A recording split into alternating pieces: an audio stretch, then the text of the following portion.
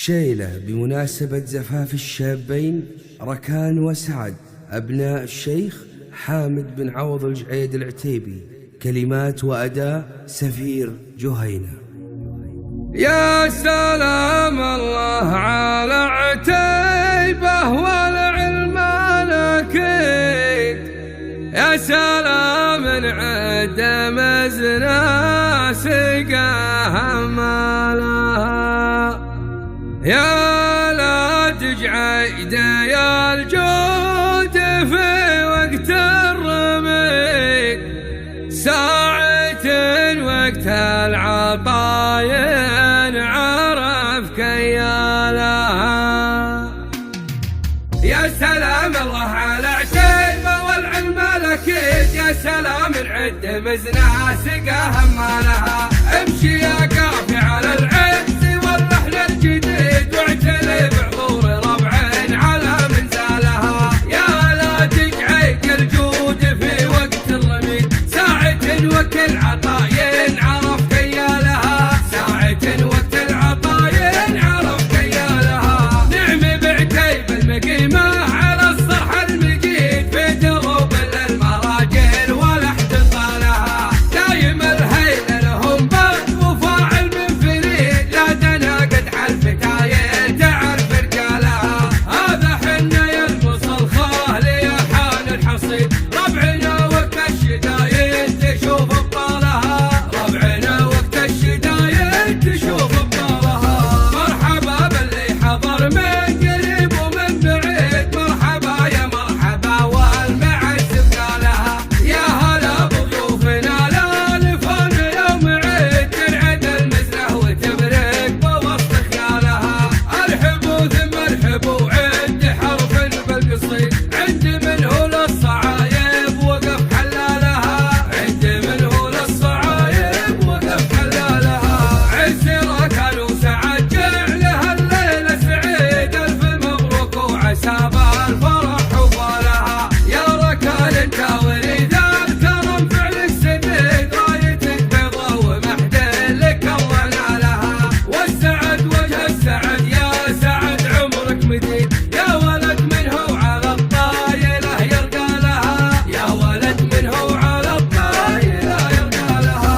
عودهم نثني لها الفكر والقفل عنيد، ثم جات مهرتي جامعه بخيالها، انت حامد مدت الطب والفعل الجليد، تتعب ركب الكرم وتظل بالحالها، يا بحر للجود والجود في حلك يزيد، كاسب بحور الكرم عرضها وطوالها، كاسب بحور الكرم عرضها وطوالها. يا زبون الطيب يا حامد الحر الفريد، صير المي كاسب الفعاين لها، مدهل الليالي في الضيف بالعد الرغيد، في قومه والشديده يفتح مالها، قلتها والصعب يسهل على الله الوحيد، لكن فعول الخلايق مثل عيالها، لكن فعول الخلايق مثل عيالها. يا سلام الله على عتيبة والعلم الأكيد، يا سلام العد مزنا سقاها مالها، امشي يا قافي على العز والرحل الجديد، واعتلي بعذور ربعين على منزالها، يا لا تجعيد الجود في وقت الرميد، ساعة وكل عطاين عرف كيالها، ساعة وقت العطاين عرف كيالها. نعم بعتيبة المقيمة على الصرح المجيد، في دروب المراجل ولا احتضالها، دايم الهيل لهم بط